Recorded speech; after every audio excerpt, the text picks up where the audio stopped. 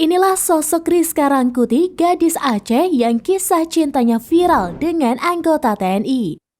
Kisah cintanya viral karena calon suaminya yang anggota TNI menyamar menjadi pekerja serabutan.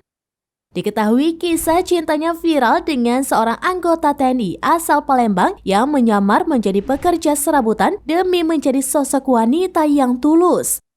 Sosok wanita tersebut akhirnya ia temukan, yakni bernama Rizka Rangkuti yang tulus menerima pria ini.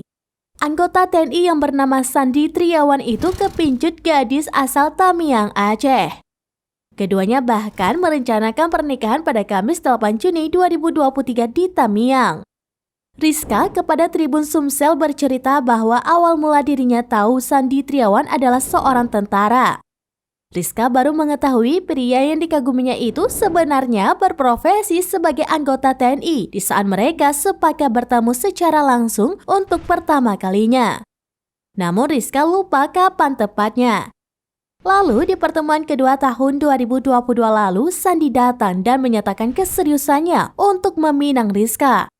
Keseriusan itu ditunjukkan Sandi dengan membawa emas sebagai tanda pengikat. Kemudian kedua orang tua Sandi pun datang ke rumahnya untuk silaturahmi. Rizka mengaku dirinya sudah dibuat kagum dengan sikap baik Sandi Triawan yang saat itu masih mengaku sebagai pekerja serabutan bukan anggota TNI sebagaimana pekerjaan dia sebenarnya. Kenal dari Facebook sejak tahun 2020, keduanya intens menjalin komunikasi yang selanjutnya berujung ke WhatsApp lalu video call. Meski berkomunikasi secara intens selama 3 tahun, Rizka menegaskan saat itu tidak berpacaran dengan calon suaminya tersebut. Terpantau dalam Instagram pribadinya @rizka_rangkuti, wanita yang berasal dari Aceh ini ternyata pebisnis muda di bidang skincare. Di mana Rizka menjual beberapa produk skincare ternama milik beberapa artis terkenal. Tidak hanya itu saja, Rizka juga diketahui usaha di bidang dekorasi dan hantaran untuk pernikahan. Sementara dari postingan lainnya diketahui jika Rizka merupakan seorang tahfiz atau penghafal Al-Quran. Rizka juga diketahui pernah menempuh pendidikan di IAIN Langsa.